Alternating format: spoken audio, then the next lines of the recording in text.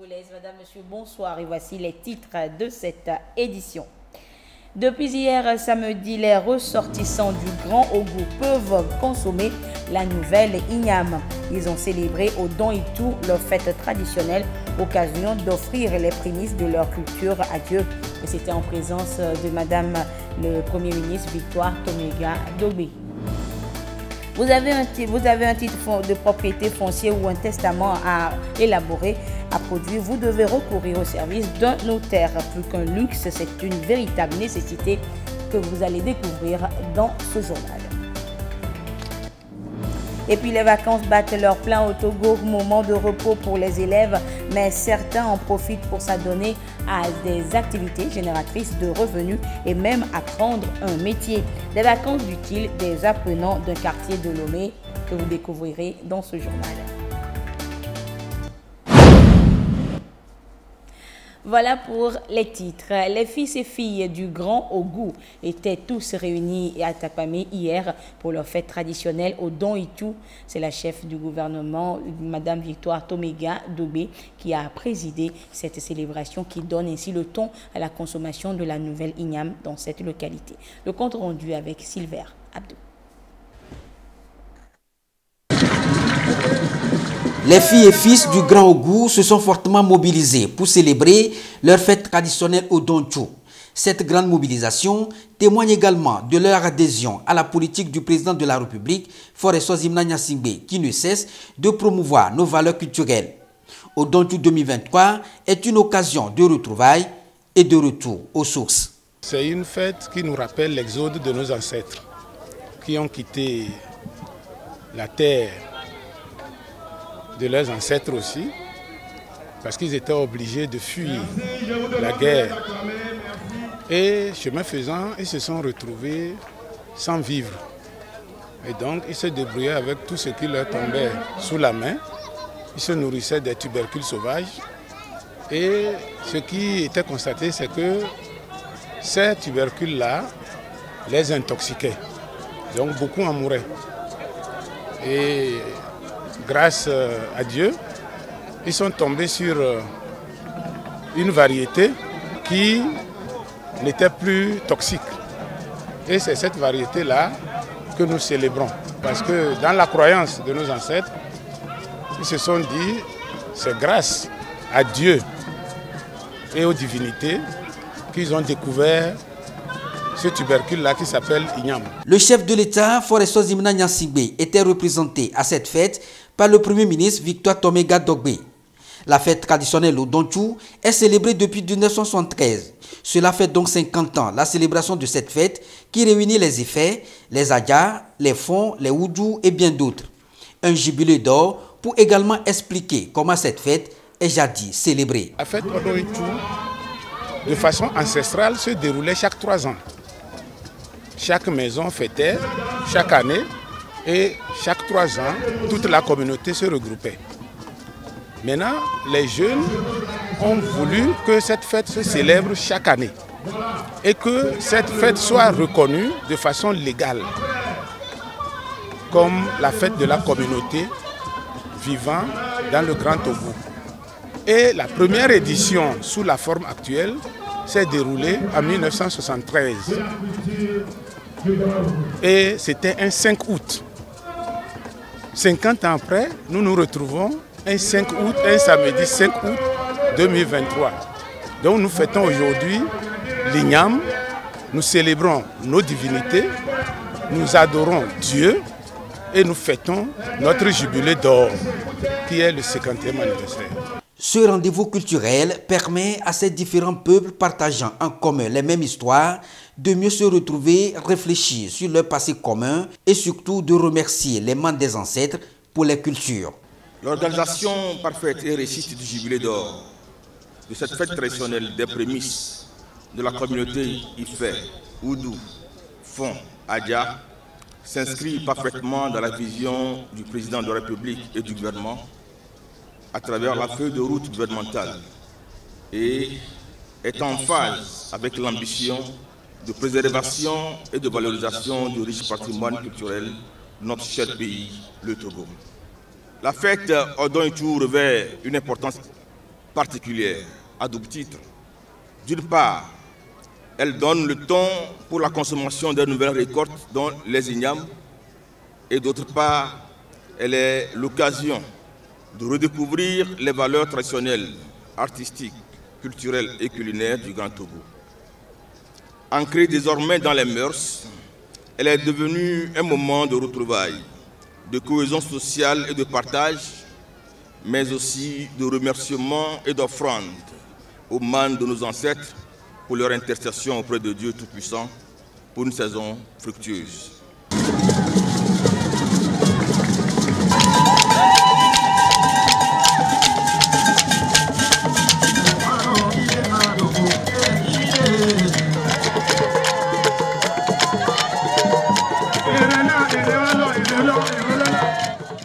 Au Dontou, c'est également l'occasion de faire découvrir les différentes traditions et divinités culturelles que regorge le Grand Ougou. Des démonstrations comme la préparation du l'igname dans une marmite dont le fond est creux, la transformation du sable en farine, des forces mystiques encore existantes dans le milieu. Et restons à Atakpamé, pas pour découvrir les forces mystiques, mais pour vous faire découvrir cette ville si particulière de par son relief. Surnommée la ville aux 7 collines, Atakpamé émerveille par ses différentes collines justement, mais pas seulement. Du tourisme ce soir avec Silver Abdou. La ville aux 7 collines, Atakpamé dans la région des Plateaux.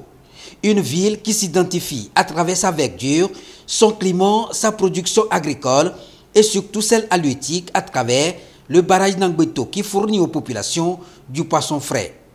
C'est donc une ville touristique qui regorge d'énormes potentialités et qui fait d'elle le carrefour commercial avec beaucoup d'attractivité.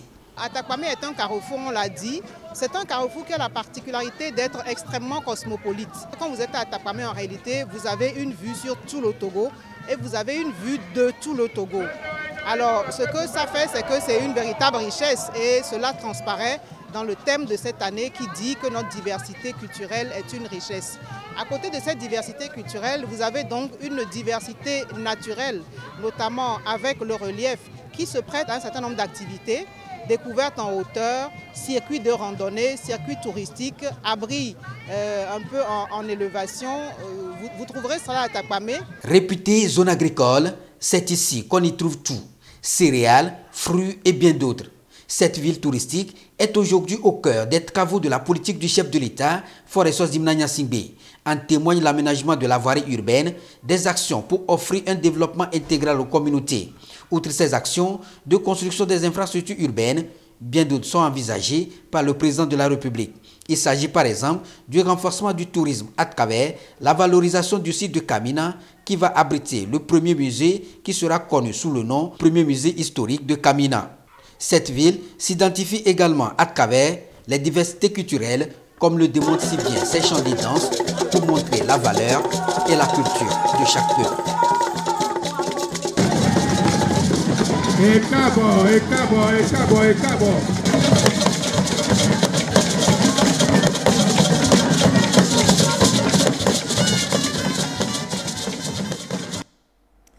Et toujours dans les plateaux ouest cette fois, le guide nous emmène à découvrir une autre merveille qui fait déplacer les touristes locaux et étrangers, la cascade de Womé.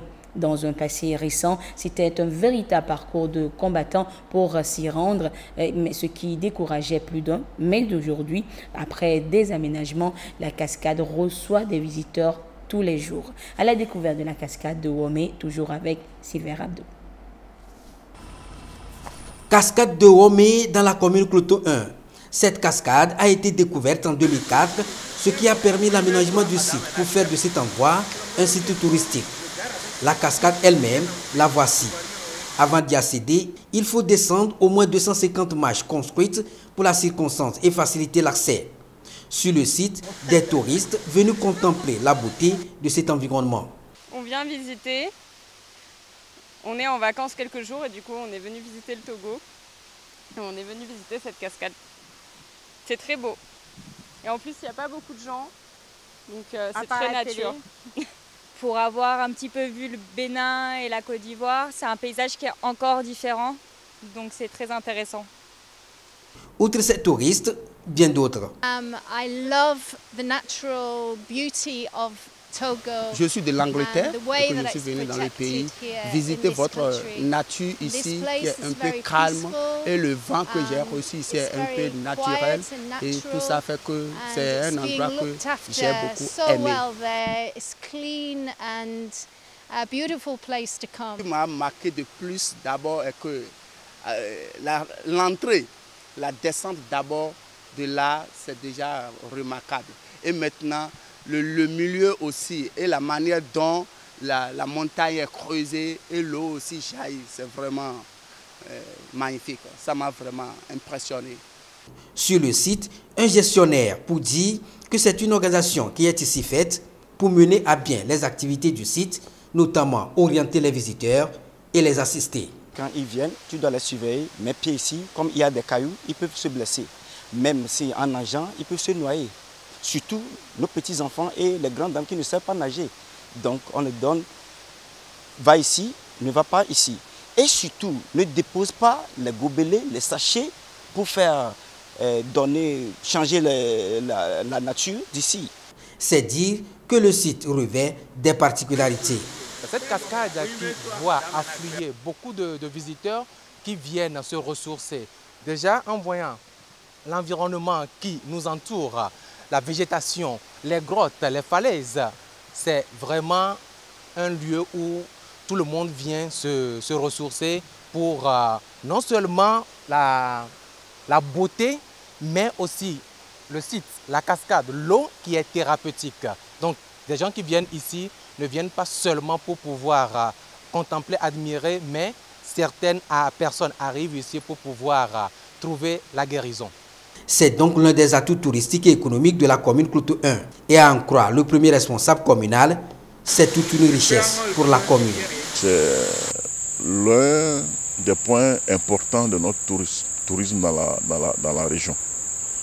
Et quand je peux parler de chiffres, ce que la cascade rapporte au jour d'aujourd'hui correspond à un chiffre d'affaires du samedi dans la ville. Donc c'est un atout inestimable pour nous.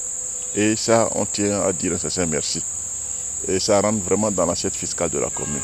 Et ça permet également de payer des ristournes donc aux communautés villageoises pour faire des développements sociaux dans leur localité. La construction de ponts, la construction des toilettes, etc.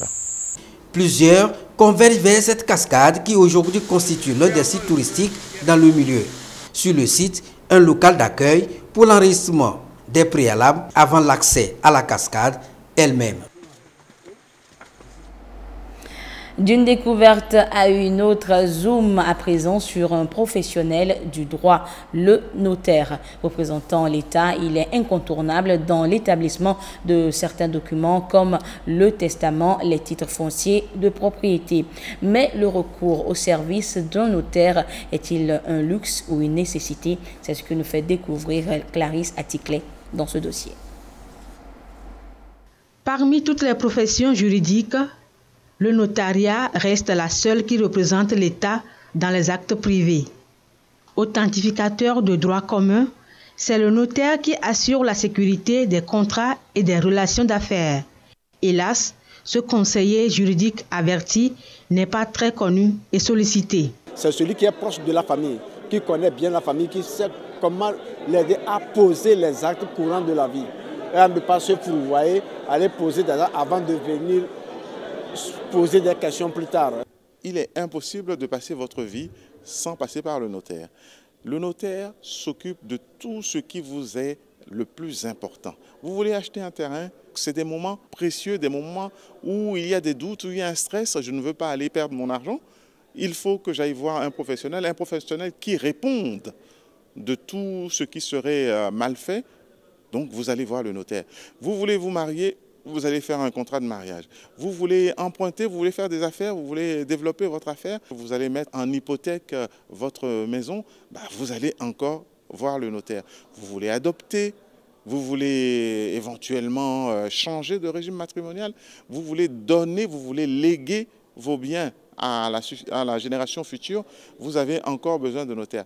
Le notaire est donc incontournable. Son rôle et sa place dans la société sont d'autant plus importants que l'établissement de certains documents ne peut pas se faire sans lui.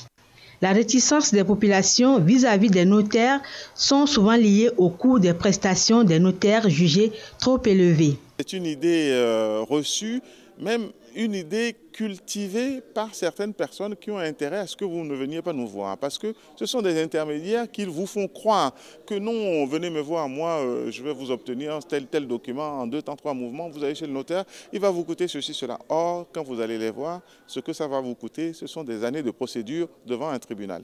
Vous allez chez le notaire, il vous renseigne. Voici ce que ça coûtera. Il ne va pas prendre dans votre poche ce que vous n'y avez pas mis. Donc, il ne va pas vous obliger à donner quoi que ce soit. Non, par contre, il vous renseigne et maintenant, plus tard, vous faites votre réflexion. Quand vous avez fini votre réflexion, vous décidez, oui, je vais faire cet acte-là, oui, voici ce que ça va me coûter. Quant au coût exact des actes notariés, d'abord, ils sont fixés par l'État. Ils ne sont pas fixés par le notaire. On confond bien souvent tout ce que le notaire vous prend. Il y a une petite partie qui est pour lui, qui sont des honoraires ou des émoluments, mais fixés par l'État. Lorsque vous venez faire un testament chez un notaire, sachez que ça va vous coûter moins de 50 000 francs CFA. Que vous ayez des milliards ou que vous n'ayez que votre chemise sur vous, ça ne vous coûtera pas plus cher que cela. Mais il y a des idées reçues comme ça.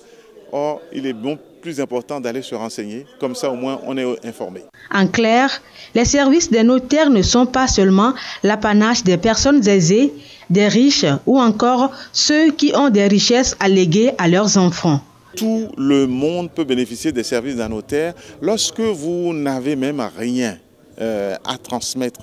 Vous avez au moins des conseils à transmettre à vos enfants. Vous avez au moins à transmettre à vos enfants que oui, moi j'ai embrassé désormais les rites de telle église et c'est par ces rites-là que je veux être enterré et non pas par ce qu'on a décidé de faire au village. Quand c'est écrit chez le notaire, les questions sont réglées à jamais.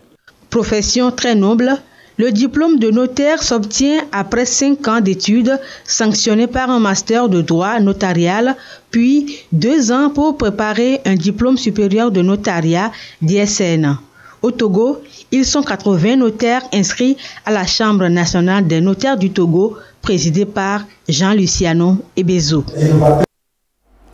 Les associations Femmes d'Action et Cœurs Solidaires, elles, ont recours à la synergie d'action pour venir à bout des violences basées sur le genre. Et elles l'ont fait savoir durant le Forum des femmes édition 2023. Les précisions avec Christine Pechekialode.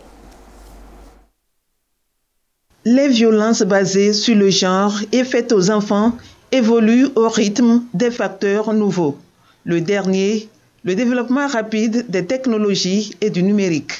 Le Forum des femmes s'est penché sur les solutions possibles en faveur d'une utilisation responsable et équitable du numérique pour une société plus inclusive.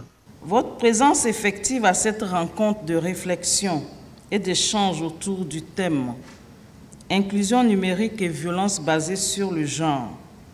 Opportunités, freins et défis » est la preuve de l'intérêt que vous accordez à ce combat commun pour le bien-être de chaque citoyen, en particulier les plus vulnérables, les femmes et les enfants.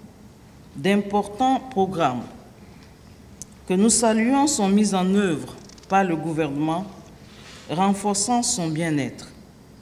Nous pouvons en citer 2, au bénéfice de la mère et de l'enfant, tels que la CARMA, campagne d'accélération de la réduction de la mortalité maternelle en Afrique, qui subventionne fortement la césarienne à hauteur de 90% de son coût.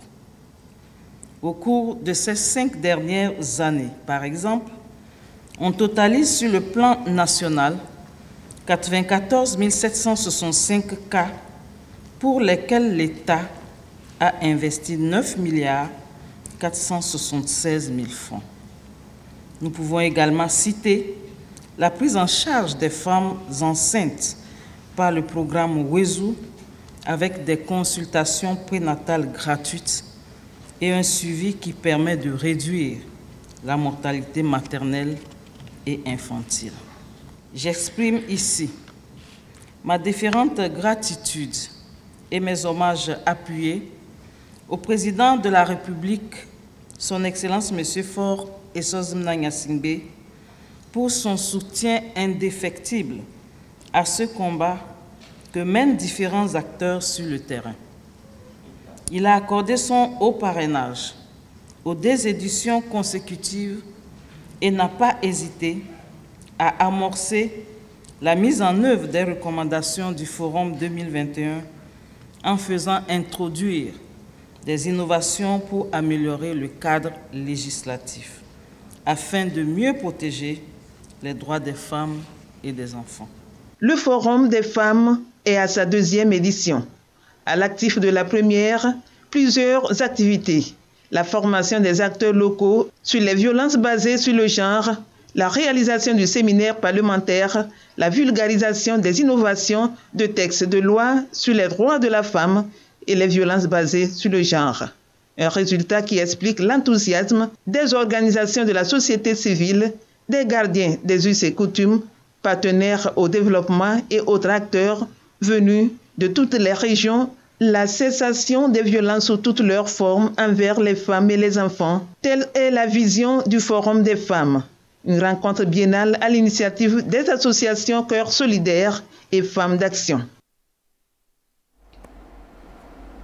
Et les femmes, ce sont elles également qui nourrissent les enfants dès leur naissance et elles sont sensibilisées, incitées à le faire, à privilégier l'allaitement. On ne le dira jamais assez, c'est le moyen le plus efficace pour nourrir son bébé. Petite piqûre de rappel ce soir avec les bienfaits de l'allaitement maternel. C'était avec Sylvia Nouglosé et Ulrich Amega. Nourrir son bébé uniquement de ses seins, c'est le choix de cette jeune maman à Koua. Mon enfant a 4 mois. Suivant les conseils des sages-femmes, j'allaite mon enfant du lait maternel pour le bien-être, pour la santé de l'enfant, pour qu'il se porte bien, pour qu'il ne fasse pas des diarrhées. Effectivement, le lait maternel demeure, selon les médecins, le meilleur aliment pour la croissance et le développement du nourrisson. La nouvelle maman échappe également à de nombreuses maladies par ce biais. Sur le plan nutritif, le lait maternel contient tout ce dont l'enfant a besoin, c'est-à-dire les sels minéraux, les acides gras, la quantité d'eau dont l'enfant a besoin est contenue dans le lait maternel de l'enfant. Ça permet un lien affectif entre la maman, le bébé et le papa. Le lait maternel contient des anticorps qui protègent les enfants comme les infections pulmonaires, les infections respiratoires. Sur le plan économique, c'est un allaitement qui est gratuit. C'est un allaitement qui est facile à manipuler. C'est un lait qui ne s'expire pas. Dès l'accouchement, nous avons un lait jaune qui sort, nous l'appelons dans le jargon médical le colostrum, qui est très bon pour le système immunitaire de l'enfant. L'allaitement maternel permet à la maman de prévenir, d'éviter les cancers de sang. S'il est fortement recommandé, l'allaitement maternel peut aussi parfois être déconseillé à certaines femmes. La maman peut décider volontairement ne pas donner le lait de son sein à son enfant. Nous avons des cas où la maman est sous la prise de certains médicaments qui pourront nuire à la santé du bébé. La manipulation, la manière de gérer ce lait peut exposer ce dernier à des infections, à des diarrhées. La semaine mondiale de l'allaitement maternel est célébrée du 1er au 7 août de chaque année. Une semaine au cours de laquelle on encourage les futures mamans à allaiter au sein où on leur rappelle tous les avantages qu'elles en tirent. Et santé toujours avec cette découverte qui pourrait révolutionner et faire avancer le traitement du paludisme en Afrique. Ce n'est pas un médicament ni un vaccin, mais plutôt une bactérie qui vient d'être découverte.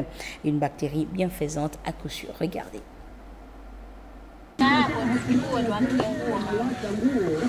Des scientifiques travaillant pour le géant pharmaceutique GSK ont découvert une souche de bactéries qui réduit les parasites du paludisme chez les moustiques anopheles. Des études montrent que lorsque la bactérie pénètre dans l'intestin d'un moustique, elle réduit la quantité d'infections transportées par l'insecte, ce qui diminue le potentiel de transmission de la maladie. C'était en 2013 dans ce laboratoire de Tres Cantos à Madrid. La bactérie pénètre donc dans l'intestin du moustique. Même si une seule bactérie pénètre, elle y reste comme le microbiome. Elle reste dans l'intestin du moustique, s'y reproduit et cette bactérie produit un métabolite, un composé naturel appelé Harman. Et c'est l'Harman, le composé, qui affecte la viabilité des œufs du parasite.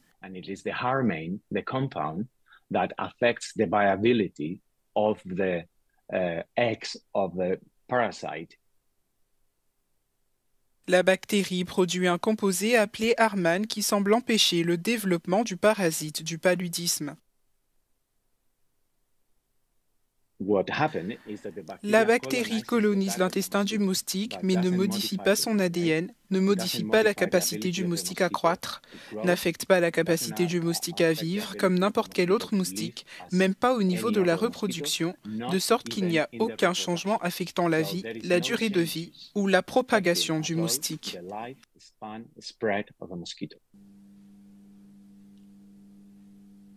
Les chercheurs affirment que la bactérie, tout en empêchant la transmission du parasite, ne modifie pas génétiquement le moustique en lui-même.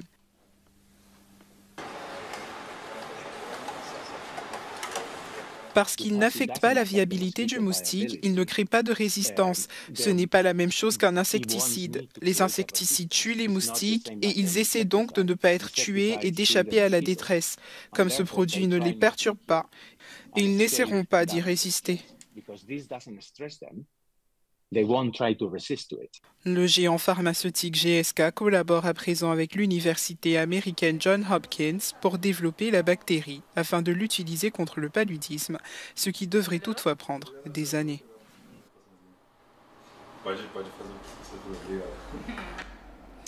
Retour en page nationale avec les transporteurs routiers du Togo qui découvrent le règlement des opérations fiscales douanières. Et c'est une sensibilisation à mettre à l'actif de l'Office togolais des recettes OTR. Le compte rendu avec Clarisse Atikle. Le phénomène de la contrebande gangrène tous les pays, particulièrement ceux de la sous-région ouest-africaine où la libre circulation des personnes et des biens est instaurée. Les transporteurs routiers, acteurs importants dans ce trafic, sont sensibilisés sur le phénomène de la contrebande. Ils sont membres de l'Union nationale des transporteurs routiers du Togo, UNATROT. Nous avons écouté avec attention ce qu'est la contrebande, ce que le code de la douane a prévu en la matière, les conséquences et les inconvénients. Nous avons pris acte de tout ce qui est dit. Et il est question pour nous de contribuer, d'être aux côtés de l'OTR pour éviter, pour réduire ces comportements qui ne sont pas de nature à faire progresser l'économie nationale, à faire progresser le transport dans notre pays. Nous allons prendre le relais et aller à l'intérieur du pays pour que les membres qui ne sont pas à cette rencontre de ce matin puissent aussi avoir l'information. Dans sa volonté de promouvoir le civisme fiscal auprès des contribuables, l'Office togolais des recettes OTR a initié une série de sensibilisations des transporteurs routiers sur les conséquences de la contrebande et son impact sur l'économie nationale. Le ton est donné ici avec les conducteurs de gros porteurs de l'UNATROT dans la zone portuaire. Au niveau des routes, nous avons beaucoup de cas de contrebande. Il y a des soustractions de marchandises des moyens de transport. Nous avons le cas d'altération des scellés. Des fois, c'est des scellés qui sont arrachés pour permettre aux gens de ne plus être suivis. Les gens se permettent de prendre ces balises-là, de les déconnecter et de prendre des routes pour flouer la vigilance des agents des douanes. Aujourd'hui, nous avons pris à cœur d'activer le levier sensibilisation parce que c'est un travail que tout le monde doit faire. Si la population sait qu'elle doit aider aussi les corps habillés ou bien les autres corps de défense et de lutte au niveau national, ça va marcher. Transport illégal des biens et des personnes à travers les frontières tout en évitant de payer les droits de douane, la contrebande fait perdre beaucoup d'argent à l'État. Les transporteurs routiers sont donc appelés à l'action pour une lutte coordonnée contre ce fléau. Nous sommes en période de vacances, les belles vacances, moment de repos pour les apprenants, mais une occasion toute trouvée par certains pour s'adonner à des activités génératrices de revenus ou pour apprendre un métier. Et vous allez le voir, l'une de nos équipes de reportage s'est rendue dans le quartier Gbadago pour découvrir les bonnes initiatives de vacances utiles des apprenants. C'est un dossier signé Marilyn Da Silva et avec la voix de Lys Jamie. C'est les grandes vacances, temps de repos et de divertissement pour tous. Une façon de se ressourcer en attendant la rentrée. Certains mettent à profit cette pause qui les éloigne des cahiers et des livres pour toucher d'autres choses, à d'autres instruments. Ici, à Tocoin, c'est le cas de Daniela. Pendant les vacances, je passe mon temps dans l'atelier de mon père parce que j'aime le travail qu'il fait. À part passer le temps dans l'atelier de mon père, je lis beaucoup. C'est ma fille aînée. Elle est passionnée par le métier. Donc à chaque vacances et tous les week-ends, elle vient travailler. Ça fait déjà plus de 10 ans qu'elle est dans ce métier. Elle peut toutefois faire quelque chose qui dépasse des armoires. Par exemple, une porte. Je ne l'ai pas forcée. Elle est passionnée par le métier. J'ai d'autres enfants, garçons, mais qui ne viennent même pas ici. Mais elle, elle est passionnée par le métier. Donc, Stéphane a fait la classe terminale l'année dernière. Il s'est plutôt rapproché de sa mère. J'aide ma maman parce que parfois elle me donne quelque chose. Moi, si j'achète des vêtements, des tapettes, je peux acheter des chaussures pour la rentrée prochaine et des kakis. Moi, si je l'aide aussi pour qu'il ne dépense pas trop pour l'année prochaine. Moi, si j'achète des cahiers, si on termine ici à midi, si j'entre à la maison, s'il y a un boulot à faire, je peux faire ça rapidement et récupérer quelque chose. En choisissant d'aider leurs parents dans leurs activités, ces élèves en vacances leur permettent de s'occuper autrement. S'occuper autrement, c'est ce qui fait la joie de la mère de Chris. Elle est vendeuse de bouillies. C'est